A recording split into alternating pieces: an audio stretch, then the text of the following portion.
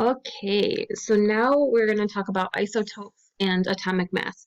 So the goal for this is to be able to learn how to determine the number of protons, electrons, and neutrons in one or more of the isotopes of an element, calculate the atomic mass in an element using the percent abundance and mass of its naturally occurring isotopes. So here's where we need our calculators. So isotopes are atoms of the same element, but they have different mass numbers. And they have the same numbers of proton, but different numbers of neutrons. And so that's what makes them have different mass numbers. And these can be distinguished by their atomic symbols.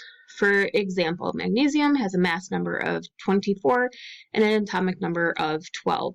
And so again, our core chemistry skill for this is going to be learning how to write atomic symbols for isotopes.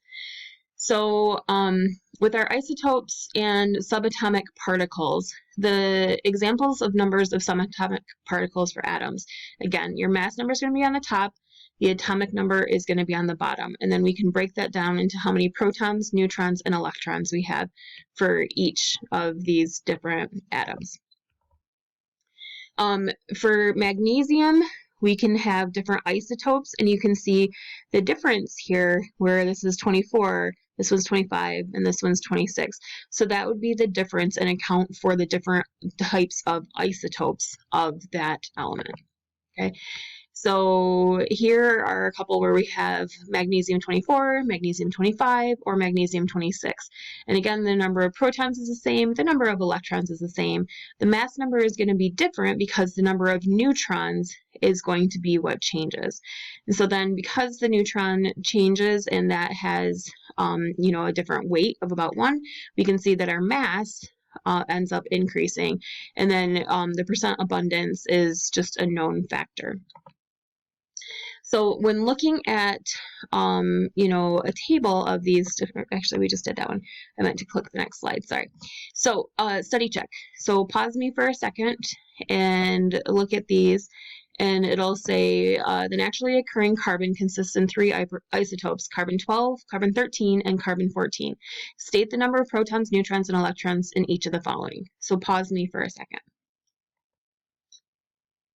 All right, and so this is what we are looking for our answers, okay? 6, this one would be, the neutrons would be 7 for carbon-13 and 8 for carbon-14.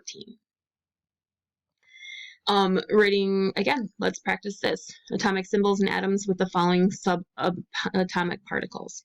Pause me.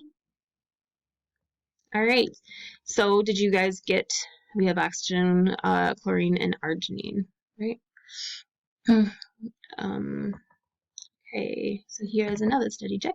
Which of the following pairs are isotopes of the same element, and in which of the pairs do both atoms have 8 neutrons? So again, do your little calculations, pause me, and then we'll come back and see how we did. All right, so what did we get? So which of the pairs of isotopes are the same element? There you go, because the bottom number is the same, top is different. In which of the pairs do both atoms have 8 neutrons? And that would be these two. Okay? All right, so there's a quick and dirty on calculations.